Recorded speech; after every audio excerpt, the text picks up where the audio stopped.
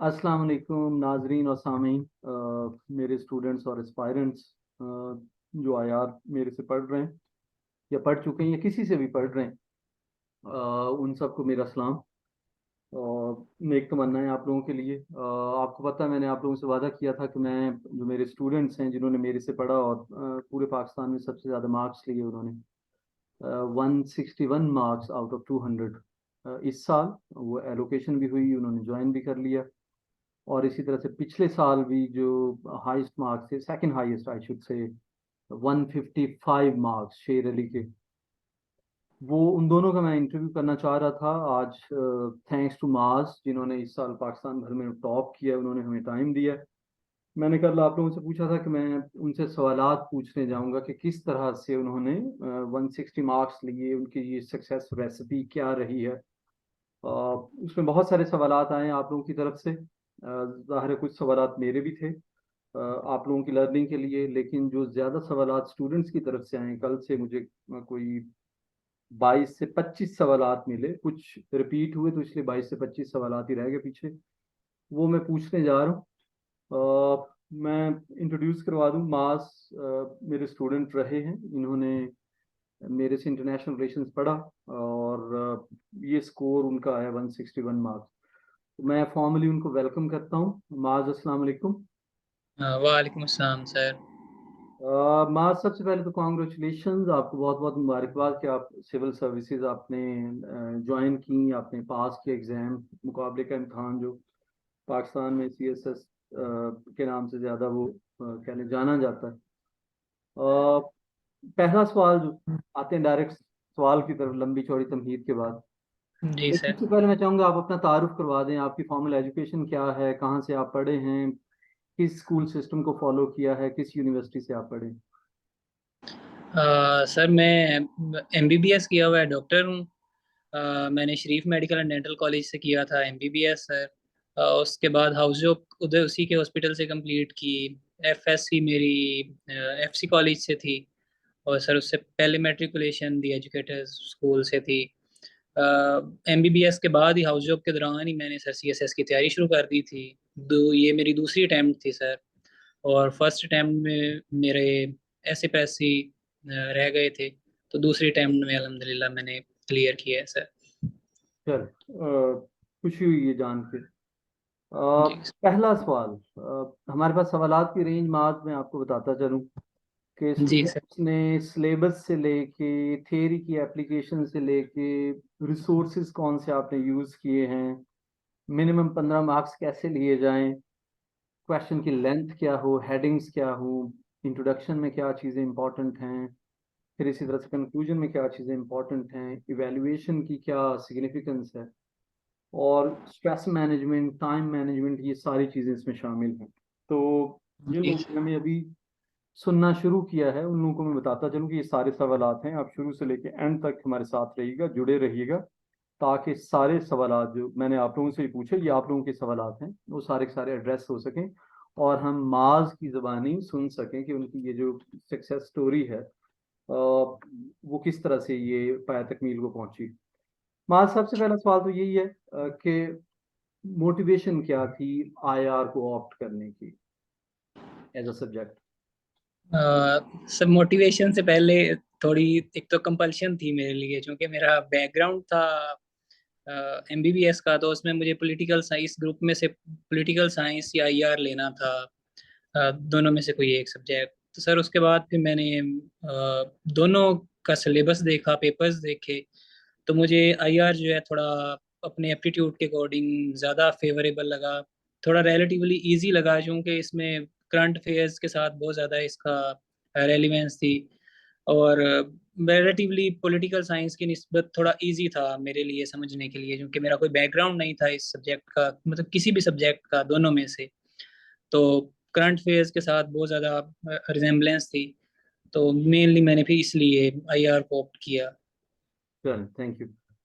अच्छा, दूसरा सवाल ये है कि कहा यह जाता है, मतलब जो मार्केट में जो मिथ्स हैं या एक जनरल जो परसेप्शन पाई जाती है कि आईआर का ठीक ठाक सिलेबस है किसी भी 200 मार्क्स के सब्जेक्ट की तरह, तो आपने किस तरह से मैनेज किया इस सारे सिलेबस को इफेक्टिवली कवर किया और साथ ही बैलेंस भी रखा बाकी सब्जेक्ट्स के साथ, तो कैसे ये चीज़ मुमकिन बनाई आपने?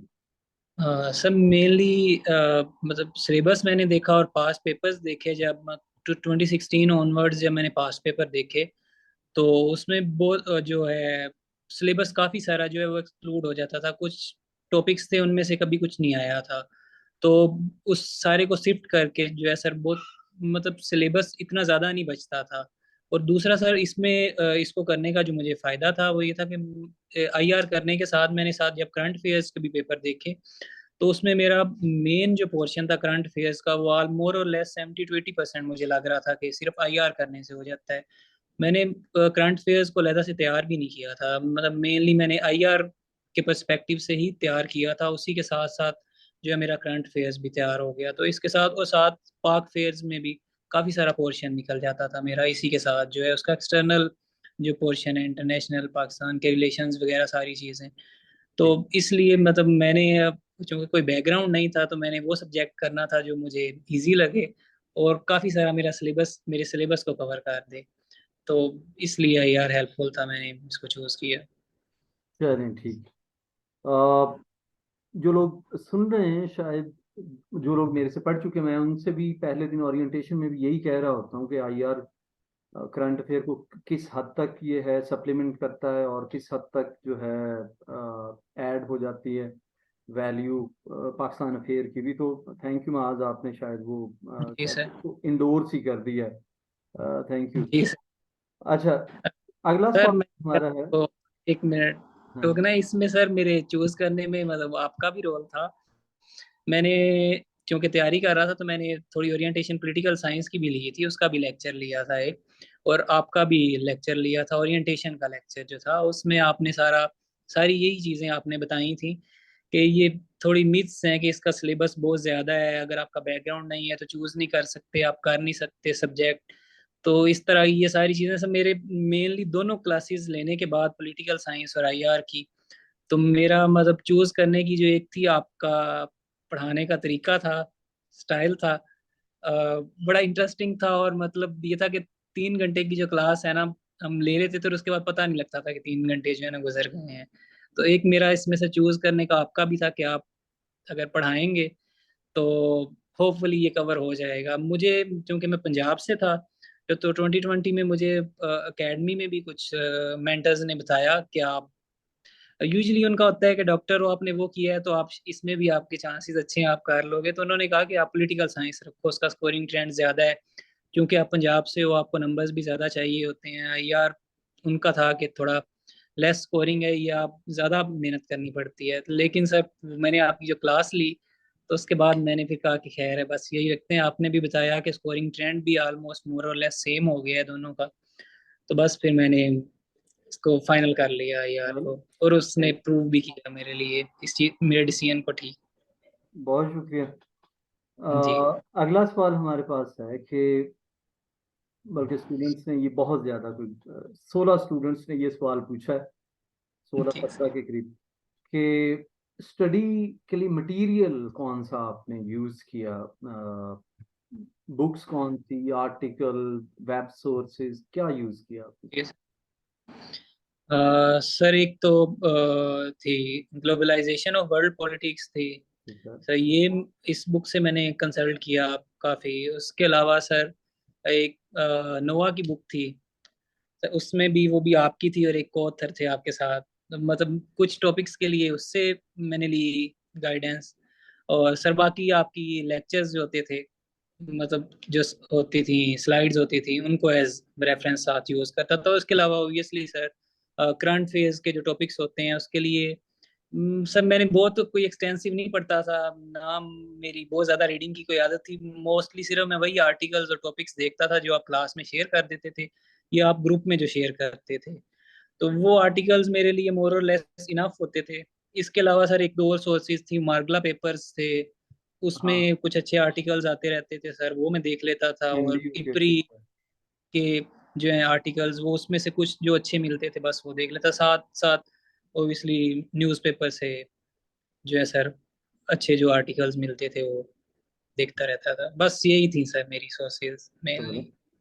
ठीक है, थैंक यू। और अगला सवाल हमारे पास, अच्छा, टाइम मैनेजमेंट। हम अक्सर सुनते हैं कि जी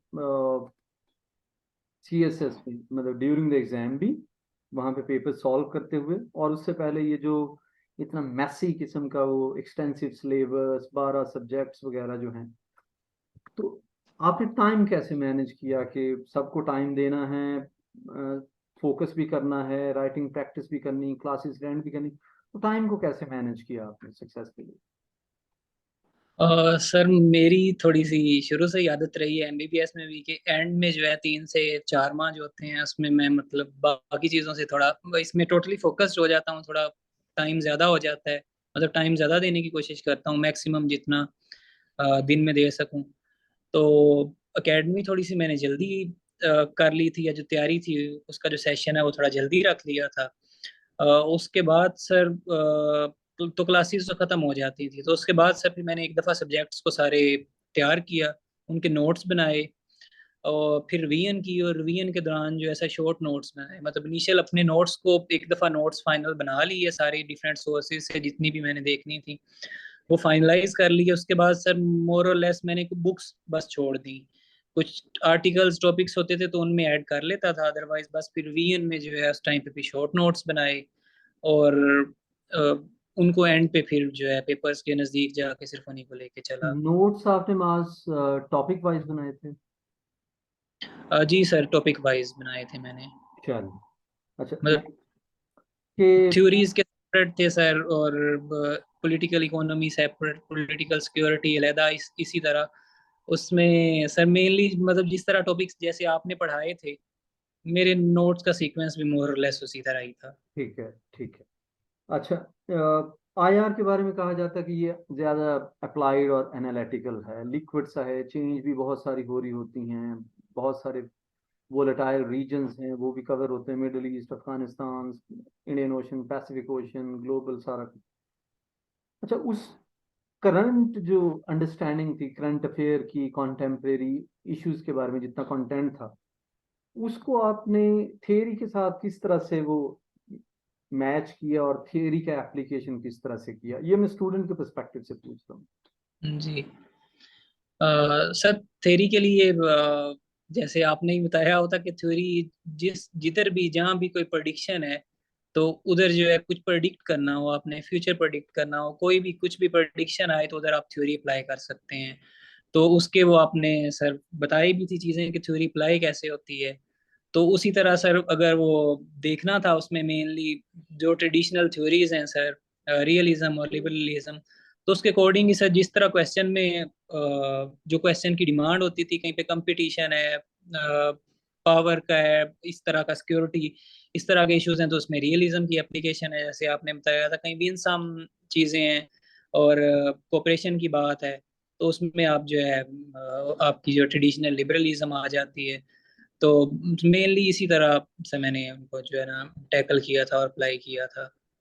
और सर जो सारी रीजन्स हैं उनको तो आपने करंट फेयर्स के लिए भी कवर करना होता है, आपने वैसे भी पाक फेयर्स के लिए भी उन चीज़ों को कवर करना होता है। तो उन सारी रीजन्स की, उन सारी चीज़ों की जो अंडरस्टैंडिंग है वो आपको होती है और होनी चाहिए। तो मेनली मतलब वो उसके लिए इसलिए आईआर फिर हेल्प करता है आपको सर। ठीक है। अच्छा, अगला सवाल माज ये कि इफेक्टिव राइटिंग की कुछ टिप्स बता दें मेरे स्टूडेंट्स को। जी सर, इसमें अगर राइटिंग से मुराद ये कि जो ज्यादा मार्क्स दिलवाएं आपको। तो उसके लिए जो बेस्ट सोल्यूशन है वो तो यही है कि ज़्यादा से ज़्यादा लिखें और उसको फिर एवेल्युएट करवाएं। तो वो एवेल्युएशन जो है वो आपको वो उस चीज़ को पॉलिश करती जाती है। चाहे क्वेश्चंस जो है आपको एक्सटेम्पोर टॉपिक्स हों या आपको पहले से पता हो क्वेश्चंस, उन्हीं जिनके बारे में आप पढ़ के फिर उनको लिखिए, फिर उसको चेक करवाएं। चाहे अदरवाइज हो दूसरी तरह हो कि जो अनएक्सपेक्टेड क्वेश्चंस हों या मॉक्स हों, ठीक तो है। वो दे के तो उसके बाद उनको चेक करवाते जाएं। दूसरा फिर क्वेश्चन का सर पूरा एक डिमांड होती है और सीक्वेंस होता है। अगर क्वेश्चन को सर समझना मेनली ज़रूरी होता है कि क्वेश्चन में डिमांड क्या की गई है।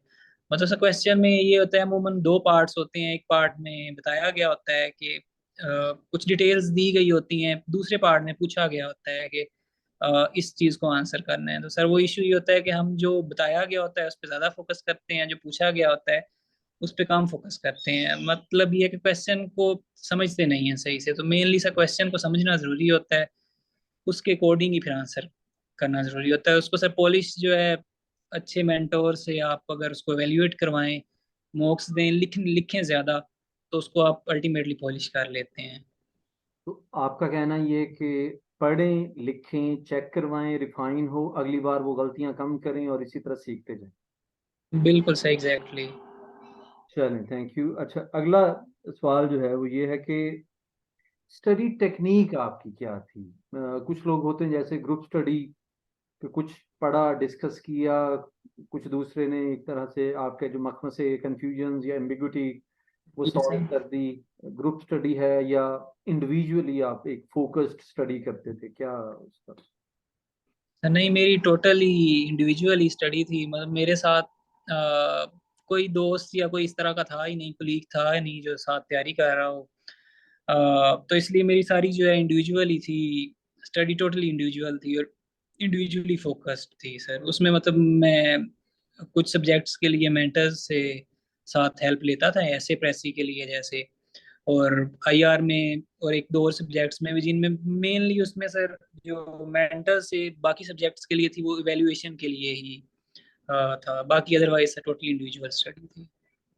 अच्छा, इवैल्यूएशन की आपने बात की, उस पे आपने एम्फसाइज किया है, ठीक है। मैं भी क्लासेस में भी कहता रहता हूँ, लेकिन चूंकि आपका कहा जो है स्टूडेंट अब ज्यादा मानेंगे, क्योंकि रिजल्ट आपने दिया है ना, करके दिखाया माशाल्लाह। किसी जी। एक एरिया या एक टॉपिक पे कितना फ्रीक्वेंट आपने असेसमेंट्स करवाई हैं? एक दो असेसमेंट्स काफी हैं एक टॉपिक के लिए या ज्यादा? सर वो डिपेंड करता था। अगर उस टॉपिक पे मैं लिखता था, अगर मतलब कुछ टॉपिक्स की होता है ऐसा नेचुरली आपको, आपने पढ़े हुए हो, आपको इजी लगे, वो समझ अच्छे से आ जाएं, तो उसमें आप अच्छा लिख लेते हैं, उसको अच्छे से टैकल हैंडल कर लेते हैं। तो कुछ टॉपिक्स होते थे जो मुझे रिलेटिवली इजी लगते थे, अपनी अंडरस्टैंडिंग अच्छी होती थी उनमें, एक हार्डली सर एक दफा आप उसको रिफाइन करवाने की जरूरत पड़ती थी। कुछ टॉपिक्स ऐसे भी थे जिनमें जिनके मैं आंसर करता था तो वो मतलब फर्स्ट टाइम ही वो अप टू द मार्क होते थे, जो जिस जिस लेवल के होने चाहिए उसी लेवल के होते थे। वैसे कुछ टॉपिक्स में इससे ज्यादा की भी इवेल्युएशन करवाने की जरूरत, दो दफा से भी ज्यादा की इवेल्युएट करवाने की जरूरत पड़ती थी सर। वो टॉपिक पे और आपकी अंडरस्टैंडिंग पे, आपकी एप्टीट्यूड पे, इन चीजों पर डिपेंडेंट होता था सर। स्ट्रेस मैनेजमेंट कैसे किया आपने? समटाइम्स आप स्टडी की वो जो पेन्स हैं और जो एगनी हैं, तो वो उससे आप कैसे निकलते हैं? कोई कोई हैंग आउट्स दोस्तों के साथ, फैमिली के साथ टाइम स्पेंडिंग, या कोई मूवी या कोई डॉक्यूमेंट्री देखते, या बस हाँ पढ़ा, सोए खाया पिया, पढ़ा सोए खाया पिया? नहीं सर, मैं टोटली इसी तरह था कि बिल्कुल कट ऑफ नहीं हुआ किसी टाइम पे भी। थोड़ा चीजें मैनेज करके मेरा मेनली सिर्फ ये होता था कि दोस्तों के साथ हफ्ते में कोई एक दफा लाजमी जो है ना बाहर जाता था, दोस्तों के साथ बैठ के थोड़ी देर बाहर कुछ खाना खा के तो आ जाते थे। और इस चीज को ऐसे नहीं लेता था कि मैं गिल्ट है या मैं इसको टाइम को वेस्ट कर रहा हूँ, थोड़ा सा इस चीज को प्रोडक्टिव लेता था। और मेरा तो था कि आखिरी एक माह में नहीं गया, उससे 2 माह पहले ऑलमोस्ट सर मैं एक 1.5 दिन का टूर भी कर आया था दोस्तों के साथ, जो है नॉर्दर्न एरियाज का। तो लेकिन एंड में फिर आखिरी माह थोड़ा सा मैं जरा ज्यादा फोकस्ड हो गया, लास्ट 1 से 1.5 माह। उससे पहले उसमें भी मेरी कोशिश होती थी कि हफ्ते में एक दफा जो है दोस्तों से मिल लो, कहीं बैठ लिया जाए। ओबियसली घर में निकल के थोड़ा सा टाइम फैमिली के साथ, बच्चे होते हैं, नेफ्यूज नीस वगैरह कोई साथ हों तो उनके साथ मिल लिया। ये लग्जरी उन लोगों के लिए है जो घरों पे रहते हैं, घर पे रहते हैं। मेरी टोटली घर पे थी, प्रिपरेशन में घर पे ही रह के की है। तो अगर हॉस्टल वगैरह में हो तो थोड़ा सही होता है कि दोस्तों के साथ कहीं वीकेंड में हफ्ते में एक दफा बंदा 2 दफा थोड़ी देर बैठ जाए, थोड़ा पढ़ाई को छोड़ के, तो इस तरह कर ले। तो मेरा ये था सर। अच्छा, चलें, बाकी लोग सुन लें जो मराकबे में चले जाते हैं बिल्कुल, कि जी आइसोलेशन में और ये सारा कुछ। सोशलाइजेशन जरूरी होती, वो आपको सेन और स्टेबल रखती इमोशनली। चलें, हमें माज ने भी बता दिया कि ये इनकी रेसिपी क्या थी, थैंक यू। अच्छा, अगला सवाल जो है, कोई स्पेसिफिक चैलेंज जो आपको तैयारी के दौरान, आईआर की तैयारी के दौरान आपको महसूस हुआ और उसको आपने कैसे टैकल किया, कोई चैलेंज? सर इसमें थोड़ा थ्योरीज की एप्लीकेशन का ही होता था शुरू में। समझ नहीं लगती थी कि अप्लाई किस तरह करनी है। क्वेश्चन में एक से एक अप्लाई करनी है, एक से ज़्यादा अप्लाई कर सकते हैं, इस तरह की।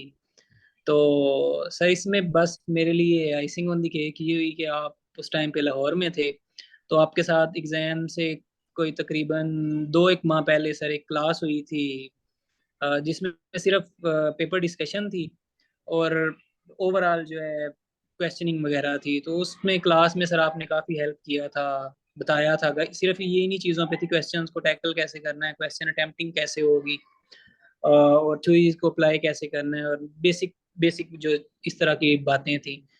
तो मुझे तो उस चीज़ ने हेल्प किया था। इसके अलावा सर आईआर में मैंने मतलब क्लासेस सारी आपसे ली हुई थी। अब मैं इस चीज़ को बार बार कह रहा हूँ सर, आपसे पढ़ा हुआ था, क्लासेस ली हुई थी। तो वो इस चीज़ का पता नहीं क्या मैसेज आता है, लेकिन मुझे आपके साथ जो सर क्लासेस थी उसी टाइम पे डाउट्स और चीज़ें काफ़ी हद तक क्लियर हो जाती थी। तो इसलिए कोई सर ऐसा खास बहुत ज़्यादा इशू होता नहीं था सब्जेक्ट को टैकल करने में।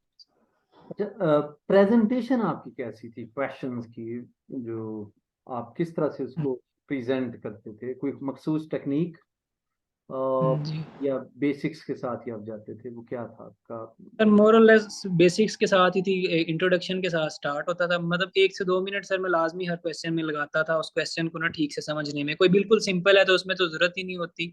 थोड़े से अप्लाइड या जिसमें रीजन्स के अकॉर्डिंग या थोड़ा लंबा क्वेश्चन होता है जिसको समझना पड़ता है, उसमें 1 से 1.5 मिनट लाजमी लगाता था क्वेश्चन को ठीक से समझने में। उसमें अंडरलाइन कर लेता था पेपर पे कि क्या चीज़ पूछी गई है, तो मैंने आंसर किस चीज़ को करना है। और उसी 1 से 2 मिनट में मैं थोड़ा उसका रफ सा आइडिया बना लेता था कि मैंने इसका आंसर किस तरह करना है या मेरा स्टैंस क्या होगा। उस स्टैंस को सर मैंने मतलब मैंने कोशिश ये की है कि उस चीज़ को ना अपने इंट्रोडक्शन में मैंने बता दी है एग्जामिनर को। ठीक। जो मेरा पूरे क्वेश्चन में उसका मेन जो आंसर होना था ना, मैं उसी चीज को इंट्रोडक्शन में बता देता था। कोई इंट्रोडक्शन की हेडिंग वगैरह मैंने नहीं दी सर किसी। और उस इंट्रोडक्शन में तो पहला पैराग्राफ ही अंडरस्टूड होता था कि ये इंट्रोडक्शन कैसा है। उसके बाद जो है आगे क्वेश्चन को मैं शुरू कर देता था। ऑब्वियसली हेडिंग्स और वो सब हेडिंग्स, सर जितना मुझे याद है हेडिंग्स मैंने मतलब बाकी सारे पेपर्स में भी इसी तरह थी। हेडिंग्स छोटी छोटी थी, 3 to 5, 3 to 6 वर्ड्स की हेडिंग्स। कोशिश मैंने पूरी की कि बड़ी बड़ी वो लंबी 1.5, 1.5, 2 लाइंस की हेडिंग्स ना हो, जितनी छोटी हेडिंग्स हों तो वो बनाऊं। और उसके आगे फिर सब हेडिंग्स के साथ जाता था, ठीक है। उसमें एक्सप्लेन करता था जितने मेरे पास उसके उसको फेवर करने के लिए डेटा होता था, जो भी रेलिवेंट फैक्ट्स होते थे फिगर्स के साथ, वो मैं कोट करता था। और उसके साथ उसको सब्सटेंशिएट करता था अपने स्टैंस को। और एंड पे सर मतलब लास्ट पैरा जो होता था वो अंडरस्टूड होता था कि ये कंक्लूजन है। उसकी भी मैंने कोई हेडिंग नहीं दी, एक सेपरेट पैराग्राफ होता था। कोशिश मैंने की कि सारे क्वेश्चंस में सर अगर छोटा भी हो, किसी में टाइम नहीं भी बचता, तो कंक्लूजन और इंट्रोडक्शन लाजमी हो। और इसलिए उसमें जो बॉडी है उसमें सारा जिस तरह का क्वेश्चन पूछा गया है उसके अकॉर्डिंगली उसको आंसर किया जाए। अच्छा, तो आप शुरू में ही केस को सिचुएट कर देते थे एक अच्छे अटेंशन जी ग्रैब के साथ? तो बिल्कुल, मैं उसमें मैं कोशिश ये होती थी कि एक अगर मैं 1-2 मिनट, मुझे 3 मिनट भी लग जाए इसमें क्वेश्चन को समझने, उस चीज को बनाने में जो मैंने लिखनी है, सही। और मैं उसको उस चीज में टाइम थोड़ा मतलब अगर आपका जाता भी है सोचने में, तो मैं वो पॉइंट्स रफ में लिख के और बना के एक अच्छी सी जो है इंट्रोडक्शन वाले पैराग्राफ में जो है उसको दे देता था कि मतलब ये मेरा स्टैंस है। अच्छा, उसी की बेसिस पे मेरा आगे आंसर चलेगा सारा। ठीक है। यानी कि आप प्रॉब्लम का आंसर उधर ही दे के उसको फिर आगे एक्सपैंड करते थे, वेरी मच लाइक एडिटर। जी सर, और उस बिल्कुल सर, मेरी कोशिश होती थी कि कोई इररेलेवेंट चीज या कोई हिस्टोरिकल पर्सपेक्टिव वगैरह इस तरह की चीज मतलब कुछ भी ना दिया जाए, अनलेस उसने कुछ पूछा हुआ हो इस तरह की चीज। ये सबसे इम्पोर्टेंट सवाल मेरे ख्याल से अभी तक रहा है, और अच्छा जितना आपने अच्छे से फ्रेम करके जवाब भी दिया। अगला सवाल, जी sir. Application of theory in paper 2। जाहिर है आपने मेरे से पढ़ा, मैं जो कहता हूँ वो उसको साइड पे अगर छोड़ दिया जाए। जी अक्सर बच्चे, अक्सर स्टूडेंट ये करते हैं कि सेकंड पेपर को करंट अफेयर समझ के उसको उसी करंट अफेयर के पर्सपेक्टिव से करके जान छुड़ा के आ जाते हैं।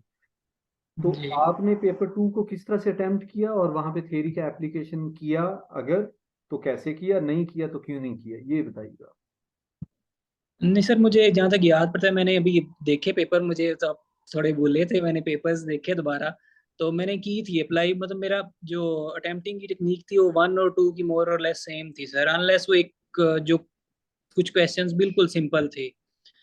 जैसे वो एक पावर का क्वेश्चन था, soft power, hard power, smart power, उसमें मतलब सिंपली उनको एक्सप्लेन करना था, छोटा सा एक आंसर बनता था, टू द पॉइंट आंसर्स थे। लेकिन जो जिन क्वेश्चंस में थ्योरी की एप्लीकेशन बनती थी, कंपटीशन का पूछा हुआ था उसमें, उनमें मैंने की थी पेपर 1 और 2 की अटेम्प्टिंग जो थी सर, मोर और लेस सेम थी मेरी। और उसमें सर मेरे पेपर 2 में थोड़े मार्क्स कम है, आई गेस 73 हैं।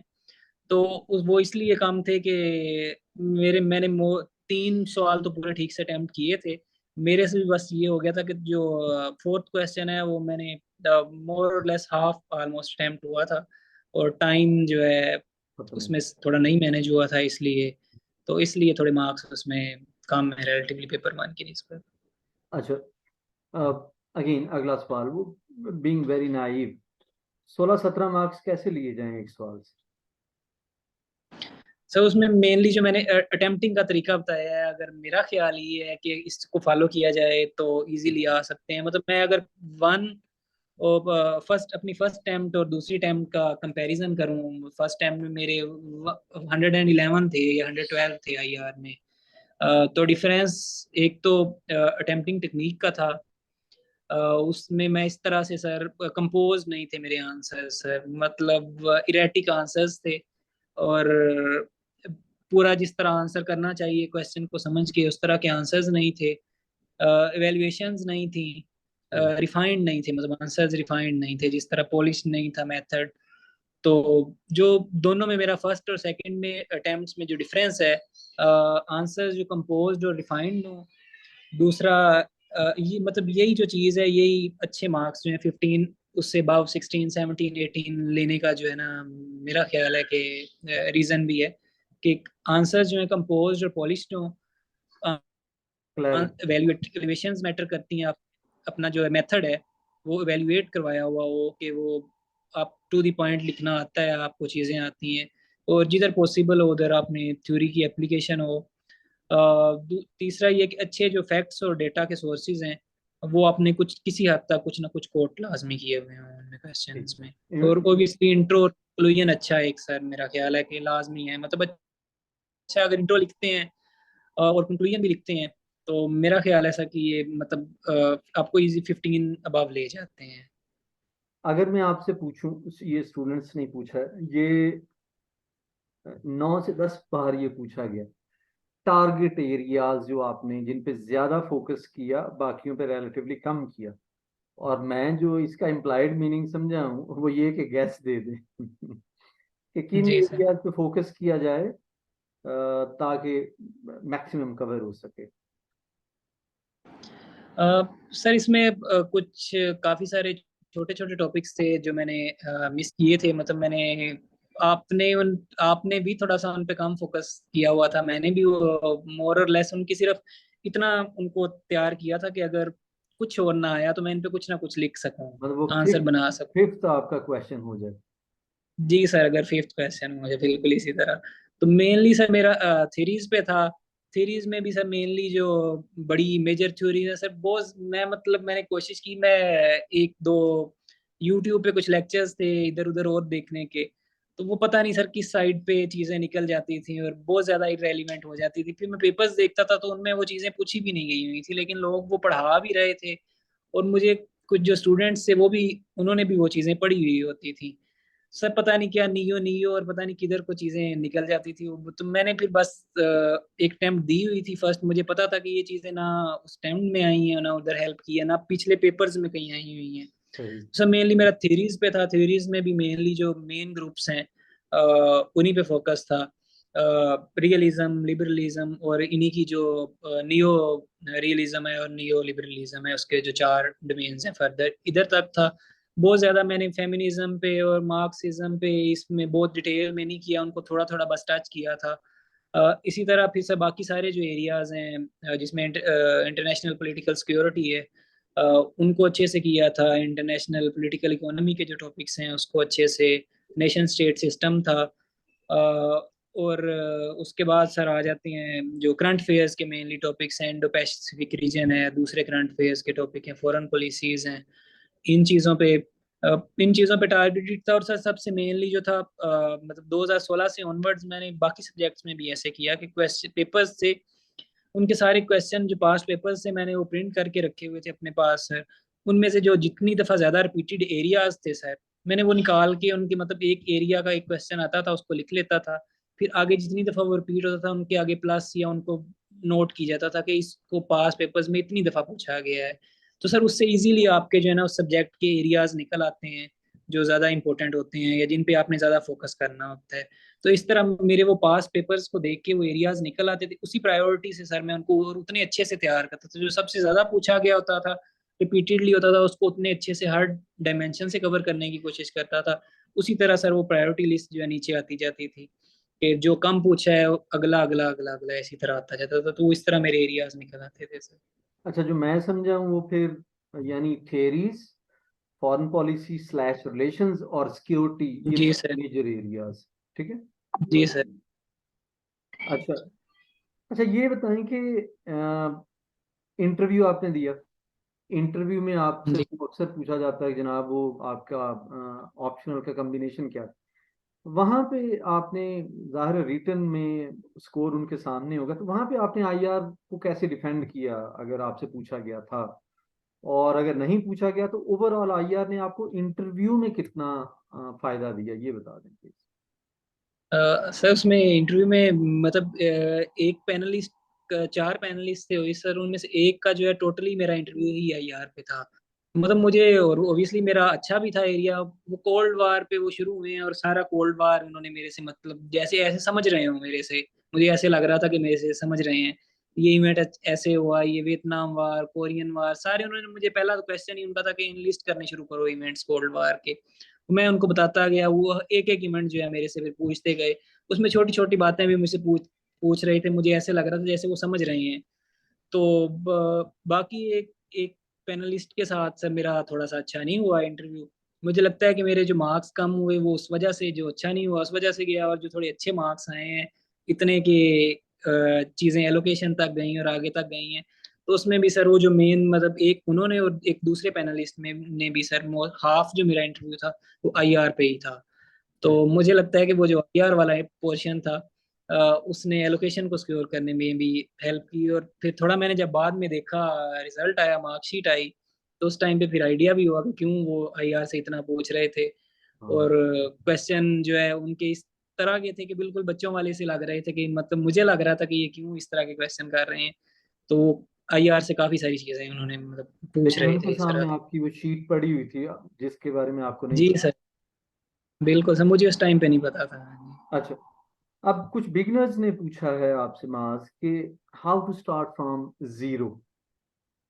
अब वैसे तो आपकी स्टोरी बड़ी इंस्पायरिंग है कि आपको डॉक्टर हैं, मतलब मेडिकल जी डॉक्टर हैं, और आप भी जीरो से ही आपने स्टार्ट किया। तो आप जी सर बिल्कुल। बताएं कि वो कैसे स्टार्ट करें, स्टार्टर्स, बिगनर्स। सर वो इस तरह से है कि अगर ऐसे और प्रेसी हैं सर, उनके लिए आपको मेंटोर की लाजमी ज़रूरत पड़ती है। अ, मतलब आपको इवेलुएट करवाना होता है चीज़ें। अगर आप सिलेबस देख लें, कवर कर लें उन चीज़ों को, तो उसके लिए आपको इवेल्युएशंस की लाजमी ज़रूरत पड़ती है। उसके अलावा सर जो बाकी चीज़ें हैं, अगर आप के लिए इजी हो, एक्सेसिबल हो, आप कर सकते हो तो आप करें मैनेज, कोई ट्यूशन वगैरह कहीं से गाइडेंस लें, कहीं से मेंटोरशिप लें। अदरवाइज अगर नहीं भी है तो सर इजीली जो बाकी सारे सब्जेक्ट्स हैं वो इजीली कवरेबल हैं सर, बगैर किसी मेंटोरशिप के और बाय योर सेल्फ भी सर। तो आईआर के लिए उसमें क्या सर एडवाइस है? जी सर। आईआर के लिए क्या एडवाइस है आपकी?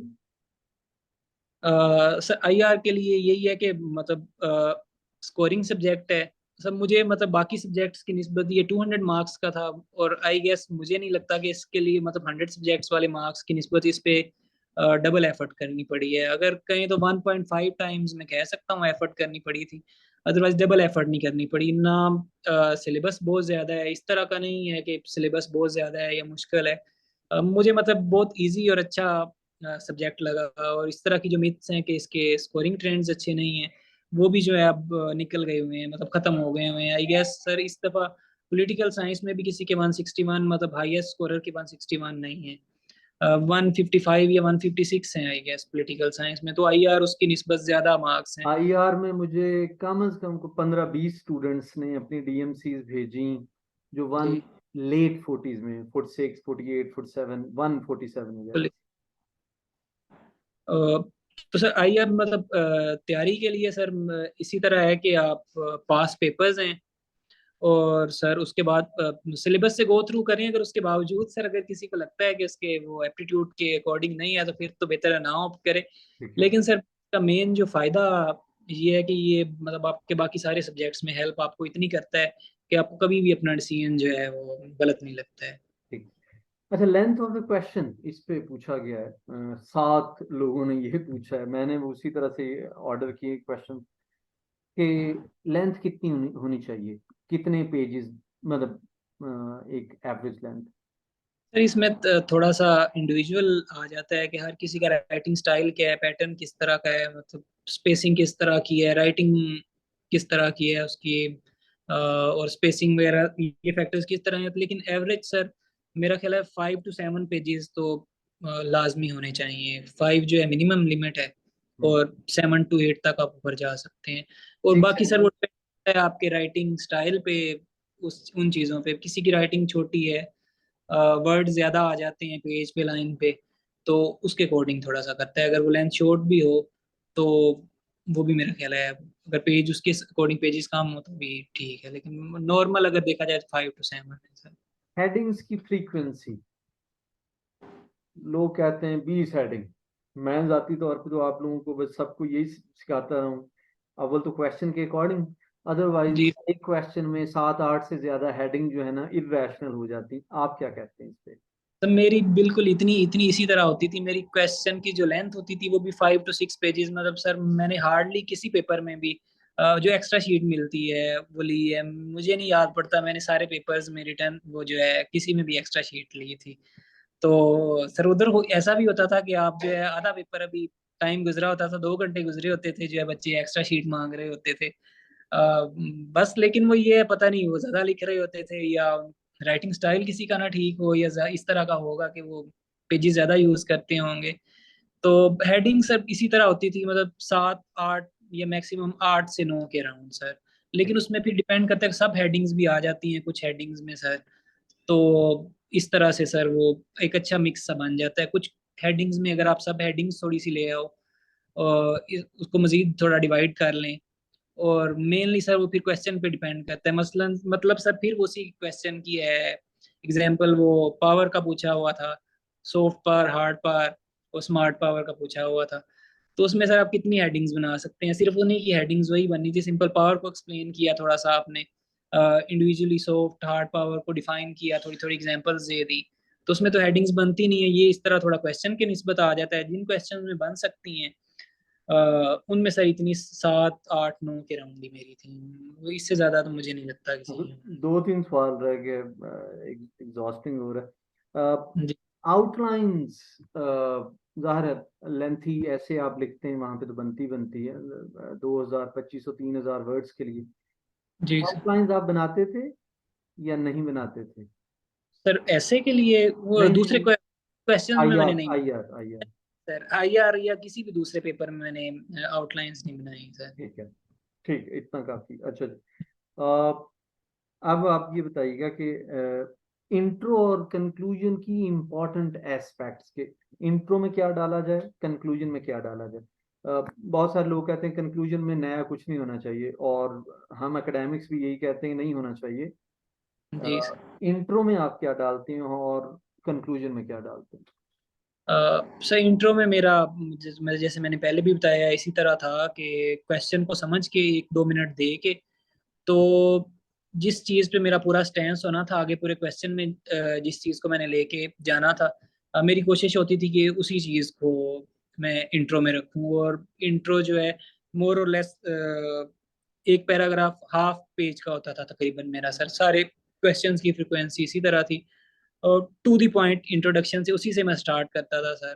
मेनली हिट करता था। मेरी कोशिश होती थी सर कि एक से एक आधी लाइन जो है ना इंट्रो में थोड़ी अच्छी सी वाली मजे की मुझे, मतलब मैं लिख रहा होता था तो मुझे सर कुछ लाइंस याद आ रही होती थी आपकी जो आपने बताई हुई होती थी क्वेश्चंस के बारे में, नेशनल इंटरेस्ट के बारे में, नेशंस की there national interest eight utmost priority, और भी इसी तरह की काफी सारी लाइंस जो है ना वो मतलब मुझे इस दूसरी पेपर 2 में खासकर मुझे याद आ रही थी, पेपर 1 में भी सर जब मैं लिख रहा था तो मुझे ऐसे लग रहा था कि एग्जामिनर भी जब ये पढ़ेगा तो उसे भी मजा आएगा अटेंड करने का। तो मेरी कोशिश ये होती थी कि वो लाइंस जो है ना सर वो मैं इंट्रो में ले आऊँ। एक्टिव फ्रेजेस तो कुछ जी सर कैची फ्रेजेस लाजमी एक आधा जो है ना इंट्रो में देता था, और कंक्लूजन ओबियसली सर मैंने कोशिश की थी कि छोटा लिखने की, इंट्रो की निस्बत हाफ लेंथ का होता था मेरा कंक्लूजन।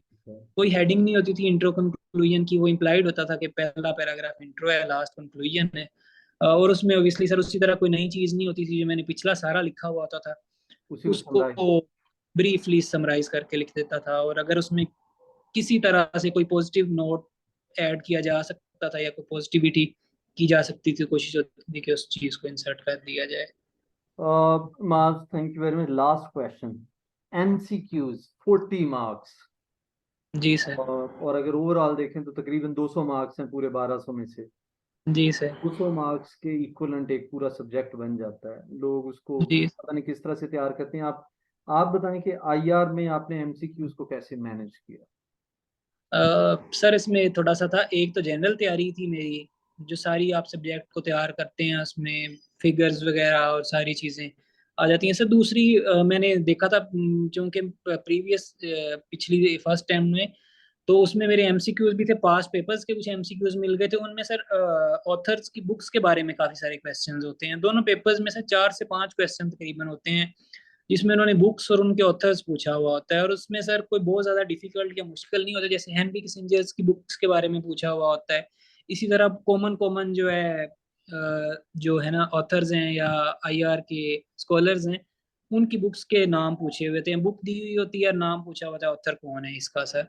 तो मैंने कोशिश ये की थी कि जितने भी इस तरह के कॉमन कॉमन आते थे थ्योरिस्ट से, रियलिस्ट से और लिबरलिस्ट से जो कॉमन कॉमन थे उनकी सर बुक्स के दो दो तीन तीन चार चार जो मतलब सिंपली मैं गूगल पे जाता था सर, एक एक दो दो बुक्स तो वैसे भी आपको पता होती हैं इनकी जो कॉमन है, तो मैं गूगल पे सर्च करता था कि उनकी जो मेनली फेमस बुक्स हैं तो 2-3 के नाम याद कर लिए। टोटल सर मेरा ख्याल है मैंने 15 से 20 के राउंड जो है ना ऑथर्स के किए थे याद।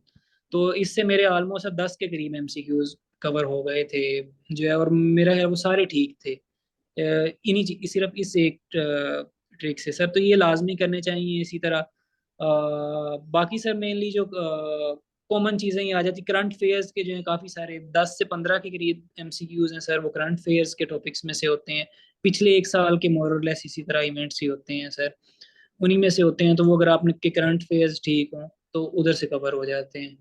और बाकी 10 to 15 के राउंड सर वो फिर आपके अगर आपको थ्योरीज की अंडरस्टैंडिंग हो, सिक्योरिटी के इश्यूज की, इकोनॉमी के इश्यूज की अंडरस्टैंडिंग हो, तो वो थोड़े से सर इस तरह के रीजनिंग वाले और रीजन बेस्ड होते हैं।